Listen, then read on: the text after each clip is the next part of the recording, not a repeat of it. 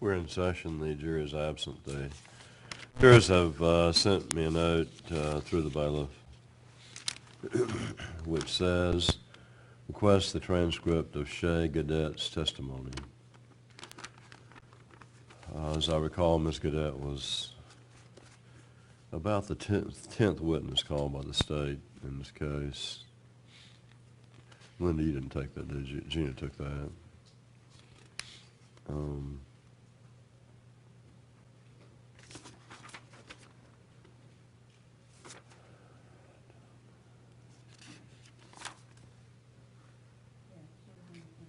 Yeah.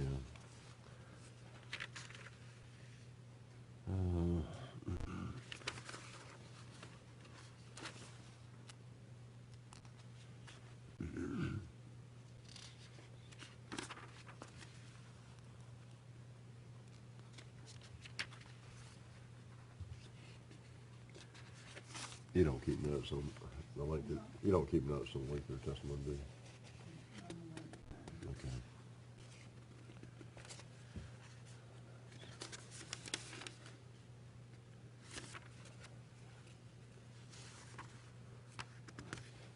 Looking at my notes, her testimony was fairly lengthy.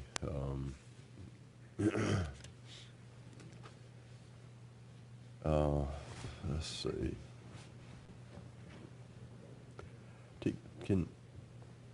Linda, can you, Gina's with Judge Fox. I'm sorry? Who is? Okay. I'd like to get some idea of the length of it. I'd like to get some idea of the length of that. I'm sorry? See if she's in a position to give us some idea. Can you? I'm sorry? Gee, I don't know. Do we know? Do you know if it's Carrie or Gina?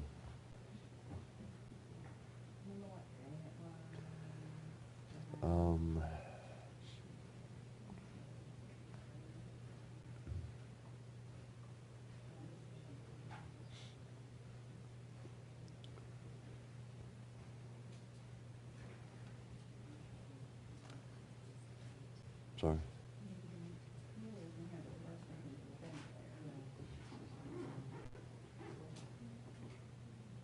It was that Wednesday. She started the Wednesday before we had that first survey, and then finished up on that Friday. Okay. Started her and then.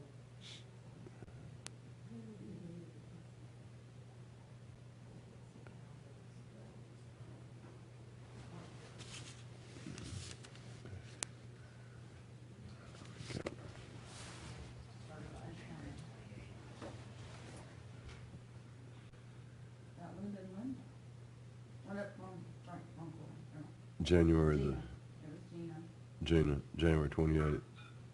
It's finished up on the 30th.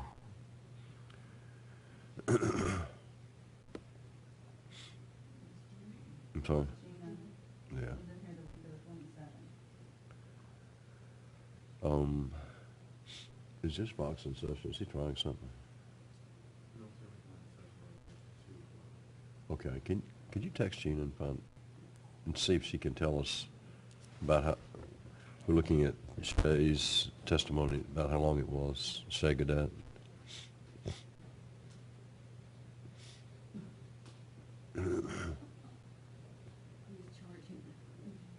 Okay.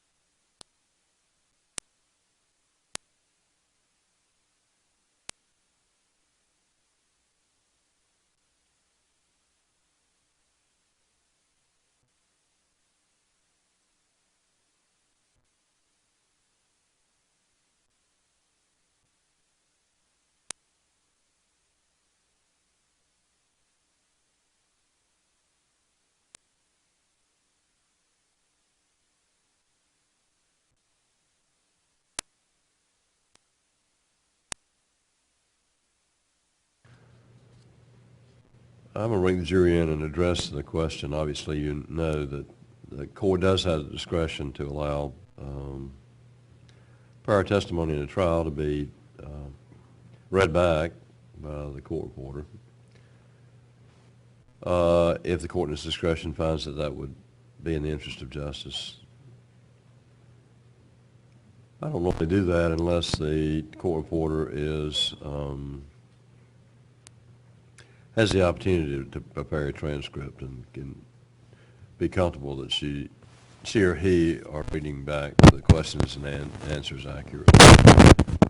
It looks like Linda was not the court reporter. Gina was the court reporter when Ms. Gaudette testified. And she testified for approximately 2 hours, which everybody seems to think that's about what it took. That runs about 120 pages, and it would take Gina, I'm sure, several hours to type it. Of course, she's in another courtroom, also involved in another case, so she'd have to type it over the evening. And then read it back in the morning. So I'll tell the jurors what their options are, and we'll see where we go from there. I just don't normally address these questions unless I know, about how long the testimony was and about how long the transcript would be and about how long it would take to represent it to the jury so they would know what to expect. Bring the jury in, please.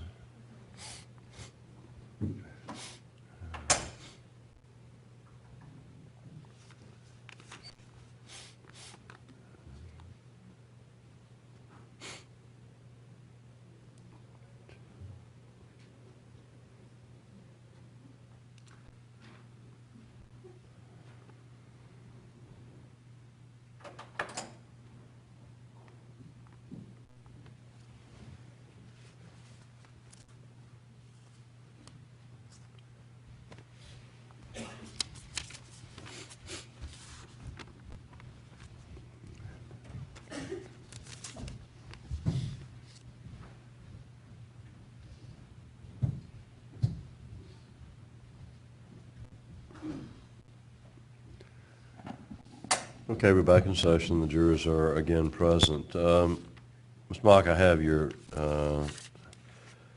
request here, and I apologize for being a little slow getting back to you, but I had to do a little investigation on this request because Linda Bowden is our court reporter today, but Shay Gaudette was the 10th witness in this case, and actually we had another court reporter. Gina was the court reporter on that day, to determine about how long that testimony is. Our best estimate is it's about 2 hours, which would probably be about 120 pages, roughly, in a transcript.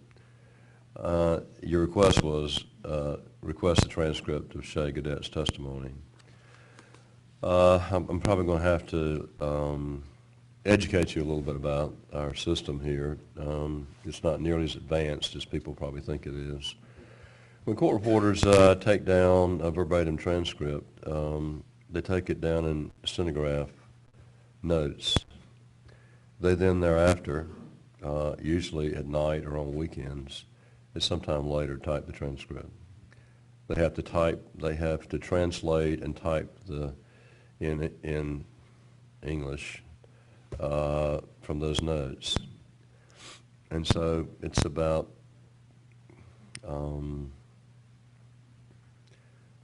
it would take at least 2 hours for her to type this, and she's actually in another courtroom, and so she could type it over the evening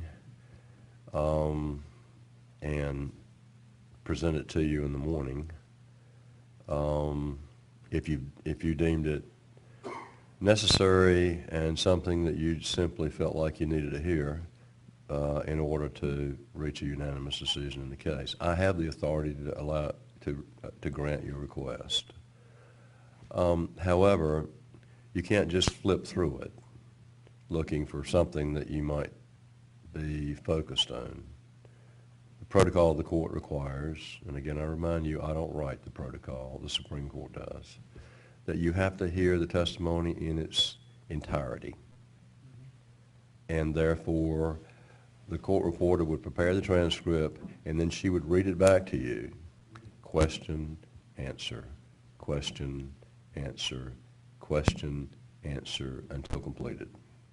And so that would take probably about at least 2 hours if the testimony took 2 hours. So I'm just telling you what you're asking the court to allow you to do, and then what I would be required to do to comply with your request. I don't know where you are in your analysis of this evidence and also in your deliberations, but if you've reached a point where you can't move forward without this information, that's the procedure that we would have to use if you want to think about what I've said, discuss it among yourselves, see if this is a crucial request that you deem necessary to reach a decision, and then I'll make every effort to comply.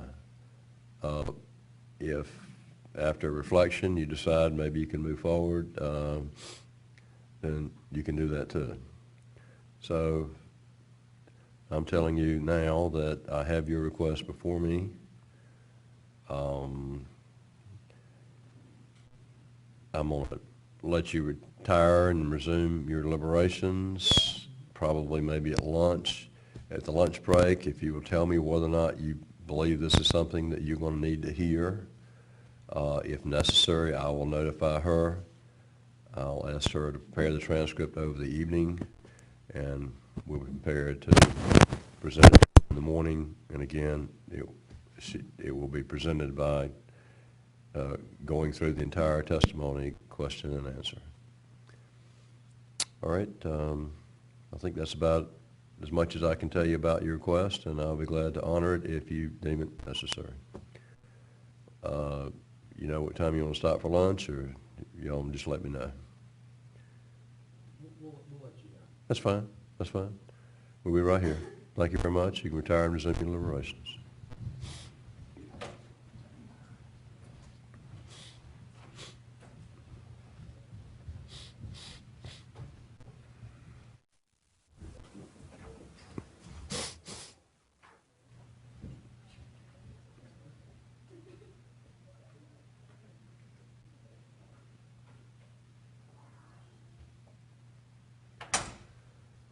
Any objection by the state or the defendant as to the request? Any objection to the instruction I gave them? All right, then we'll see what they want to do. We'll just be at ease again, waiting for the jury verdict. Thank you.